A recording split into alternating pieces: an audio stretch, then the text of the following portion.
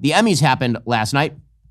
I have no idea whether anybody actually watched them. The two most deserving shows did, in fact, win the most Emmys. Shogun won 18 Emmys. That's the most Emmy awards in a single season. And The Bear, which is still being categorized as a comedy, even though it's really more of a dramedy. They need like a new category for a dramedy. It had 11 wins as well. It did not win Best Comedy. Hacks won Best Comedy. Again, many people have not seen these shows, and it shows the sort of polarization of media. How many people actually have seen Hacks? I bet not a huge number. Outstanding lead actress in a comedy series went to Jean Smart of Hacks over Ayo Edebiri, who is the one of the lead actresses in The Bear. Liza Colon-Zayas won in The Bear over Meryl Streep. That's actually a deserving win. There's a lot of politics, of course, a lot of politics. So a lot of childless cat lady jokes. Because this is what you want. You want politics from, say, Selena Gomez, who seems like a bit of a not stable person, just to say the least. And here is Selena Gomez talking about winning. I guess she made a childless cat lady joke. And let me say, what an honor it is to work with two guys who are this far away from being childless cat ladies. Wow, that's wow. That is some stellar joking right there, some stellar comedy. Then we had Candice Bergen, who emerged from obscurity once again to talk about a scene on Murphy Brown that she did back in 1992. I know nobody remembers this, but this is a real thing, where she was a single mom who decided to raise the baby without giving it up for adoption. And Vice President Dan Quayle pointed out that culture is upstream of politics and that a country that glorifies single motherhood is probably going to get more of it. And then she fired back and it turned into this big conflagration in 92. Well, now she's back to do more politics. And in one classic moment, my character was attacked by Vice President Dan Quayle when Murphy became pregnant and decided to raise the baby as a single mother.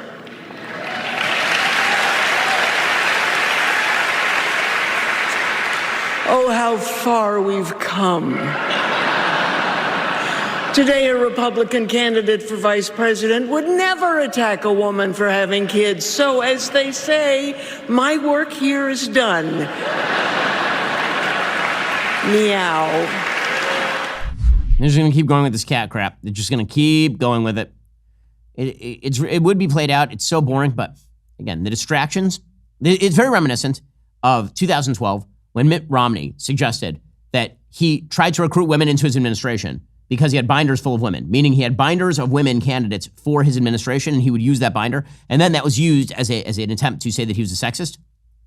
J.D. Vance effectively says that women should not be dissuaded from having children.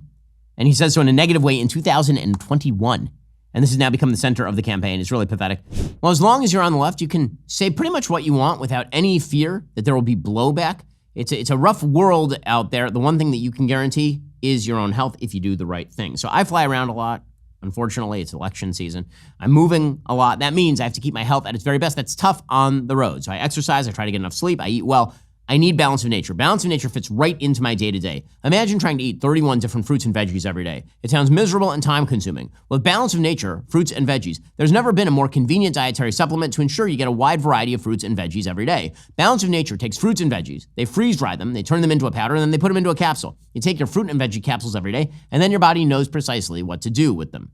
It's kosher, which means I can put it into the protein smoothie that I take every single morning. Go to balanceofnature.com, use promo code Shapiro for 35% off your first order as a preferred customer. Plus, get a free bottle of fiber and spice. That's balanceofnature.com, promo code Shapiro. It's hard to keep healthy out there. Honestly, it's time consuming. It's a pain in the butt. Balance of Nature will help you out. Go to balanceofnature.com, use promo code Shapiro, 35% off your first order as a preferred customer, and get a free bottle of fiber and spice. Meanwhile, you have John Leguizamo made an entire speech on DEI. Apparently, he has not yet seen Am I Racist? What a beautiful and diverse room this is tonight. Wepa. Because when I was growing up in Jackson Heights, Queens, a scrawny little wannabe gangster, you're not from Queens, don't lie. I didn't know that people like me could be actors. At 15, I didn't know the word representation. Actually, there were a lot of words I didn't know back then. But I didn't see a lot of people on TV who looked like me. Of course, there was always Ricky Ricardo. Lucy, you got a lot of explaining to do. But we need more stories from excluded groups. Black, Asian, Jewish, Arab, LGBTQ+, and disabled. And this show tonight is proof that our industry is making progress. Yes, that's clearly the problem, is that there are not enough people who are Black, Hispanic, Jewish, LGBTQ who are in TV shows. Yeah, you nailed it. Nailed it. That's probably why the ratings are so huge for all of these shows. Like, truly enormous for all of these shows. So the worst moment is when Jon Stewart won Outstanding Talk Series. Now, this category is like the worst of the worst. It's the worst of the worst. It's like going on The Biggest Loser to find a competition for the skinniest person. Like, that's not the way this works. So the nominees for Outstanding Talk Series were Jon Stewart, Jimmy Kimmel, Seth Meyers, and Stephen Colbert. A murderer's row of suck. I mean, truly all of them awful at their jobs. Stewart probably is the best of those four if you have to pick among various degrees of sexually transmitted diseases masquerading as talk shows. But as the winning level of gonorrhea in that particular category, Jon Stewart, man, that is a bad lineup. Jimmy Kimmel, Seth Meyers, and Stephen Colbert. They should play all that crap at Gitmo just to serve as torture. Anyway, afterward, Jon Stewart goes backstage and he says, quote, "Look, we live in a horrible moment where emotions are high. I think the one rule maybe we could all benefit from in terms of engagement is no shooting. I feel like that's what, no matter how mad you are, no matter who you don't like, who you hate, who you want to do, I believe instituting a no shooting policy would be the best way to take things down a notch." I have another way that Jon Stewart could stop, ratcheting up the tension. And that would be to stop implying or saying outright that Donald Trump is basically Orange Hitler. Maybe he should stop that, like right now.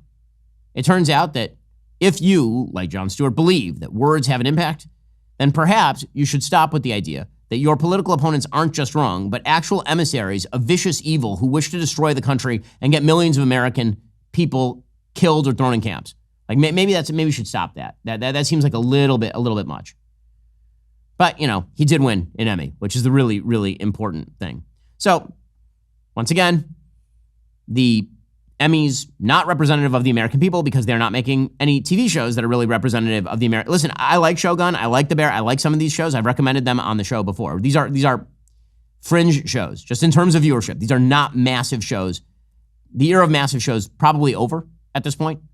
But when you keep aiming for smaller and smaller audiences, then that's precisely what you're going to get. Are you tired of the lies and the twists of the mainstream media talking points? Yeah, me too. Join me in my newest series, Fact, where I dismantle and bring truth to this tiring mainstream agenda.